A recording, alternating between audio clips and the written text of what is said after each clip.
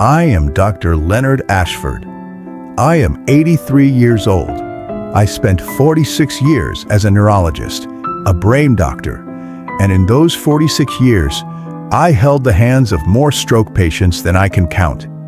I watched people lose their speech, their movement, their memories, their dignity, and I am making this video today because there is something sitting in your refrigerator right now, something you probably ate this week, something you think is healthy, that I watched contribute to strokes in patient after patient for decades, and almost nobody is talking about it. I need you to stay with me on this one, because what I am about to tell you could be the difference between you waking up tomorrow morning and you waking up in a hospital bed, unable to say your own name. My wife Dorothy, God rest her, she passed 3 years ago this April. She used to say I brought the hospital home with me every night. She was right. I would sit at the kitchen table and she would pour me coffee and I would stare at the wall, and she knew. She always knew when I had lost someone. She would not ask who. She would just put her hand on mine and sit with me. 41 years of marriage, and that woman never once told me to get over it. She understood that when you watch someone's brain shut down in front of you, when you watch a person become a stranger to their own family in a matter of hours, you do not just get over it. But there is one patient, one story, that changed how I thought about stroke risk entirely. And it started with something I never expected. It started with a can of pickles.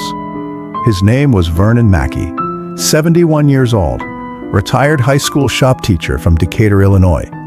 Big man, strong hands, the kind of man who built his own back porch and refused to hire anyone to fix anything in his house.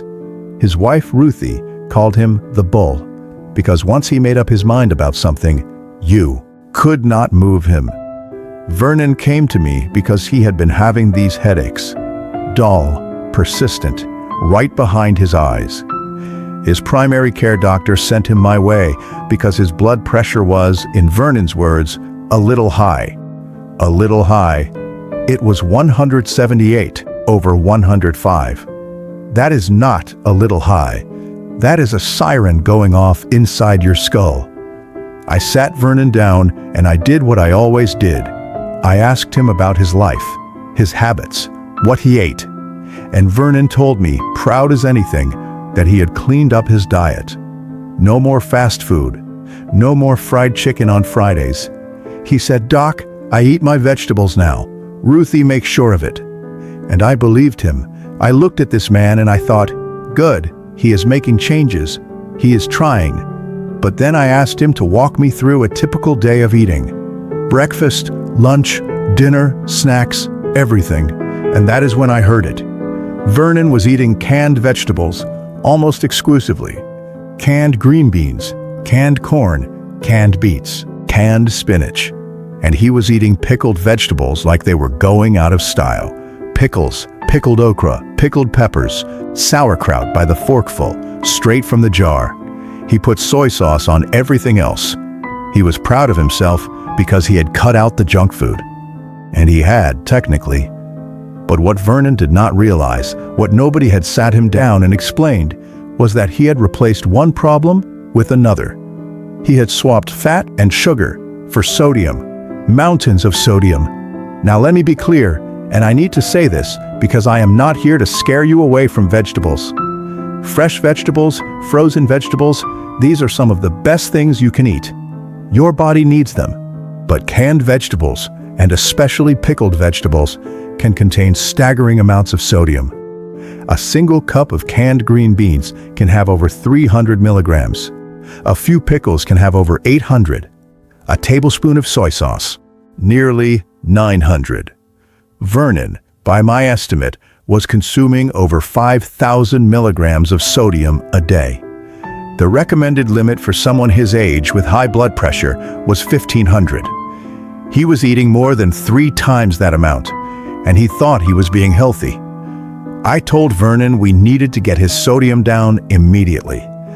I explained what all that salt was doing to his blood vessels, how it was pulling water into his bloodstream, increasing the volume, forcing his heart to push harder, putting relentless pressure on the walls of the arteries in his brain.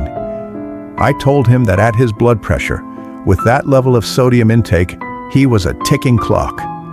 Vernon listened. He nodded. And then he said something I heard 100 times in my career, and it never stops making my chest hurt. He said, "Come on, Doc. It's just vegetables. How bad can vegetables be?" I told him plainly. I told him bad enough to put you in the ground. Ruthie called me 11 days later. Vernon was on the kitchen floor. He had been reaching for a jar of pickled beets, she told me, and I will never forget that detail. And he collapsed. By the time the ambulance arrived, the right side of his body was not responding. He could not speak. He could not move his right arm. He could not feel his right leg. Vernon had suffered a massive hemorrhagic stroke, the kind where a blood vessel in the brain does not just get blocked, it bursts. The pressure was too much. The wall gave out. Vernon survived. I want you to know that. He survived. But the man who woke up in that hospital bed was not the man Ruthie married. He could not tie his own shoes. He could not hold a fork. He could not say Ruthie's name for 3 weeks.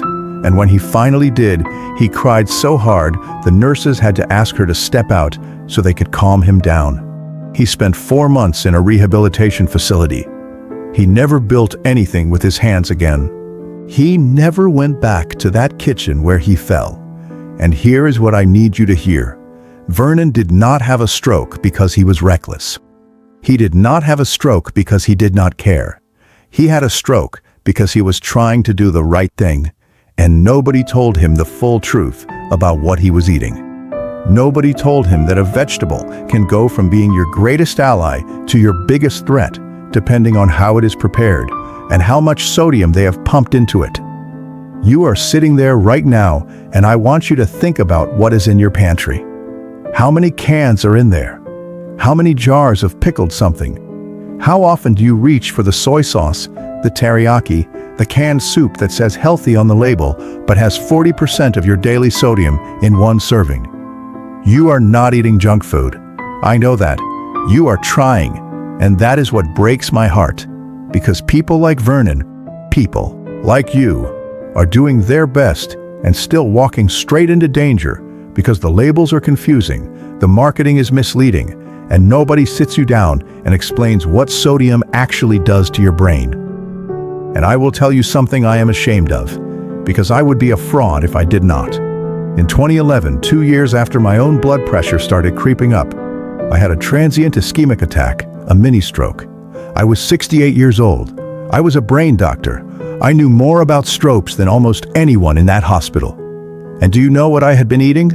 Canned tomato soup, 3-4 times a week. Quick, easy, hot, comforting. My Dorothy had been visiting our daughter in Oregon, and I was alone, and I got lazy. I did not check the label. I did not need to. I knew it was loaded with salt.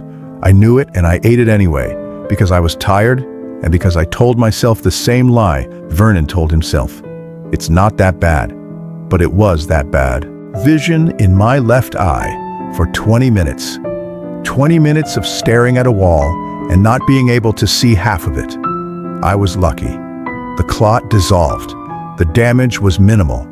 But I sat in that hospital bed and I thought about Vernon, and I thought about all the patients I had lectured about sodium, and I wanted to laugh at myself.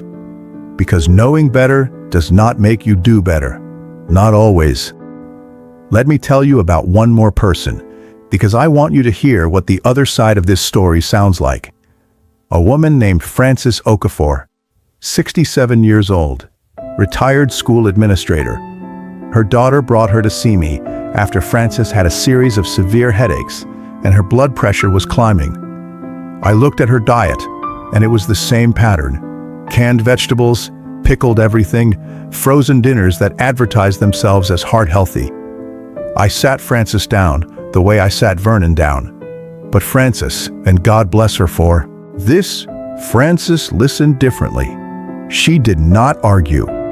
She did not say, "It is just vegetables." She looked at me and said, "Dr. Ashford, I have grandchildren who need me.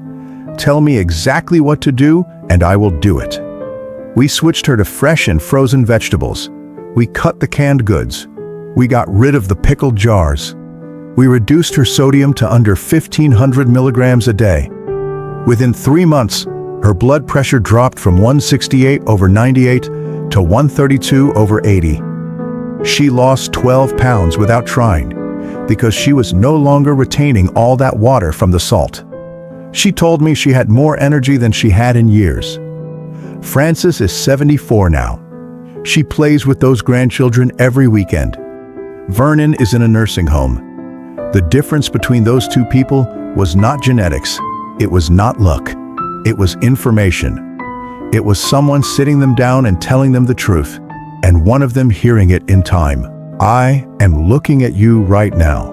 Through this screen, I know, but I mean it. And I am asking you to hear me the way Frances heard me. Go to your kitchen tonight. Pick up every can, every jar, every bottle of sauce. Turn it around. Look at the sodium. If a single serving has more than 400 milligrams, put it down. Find the fresh version. Find the frozen version with no added salt. It is not harder. It is not more expensive. Not compared to a hospital stay.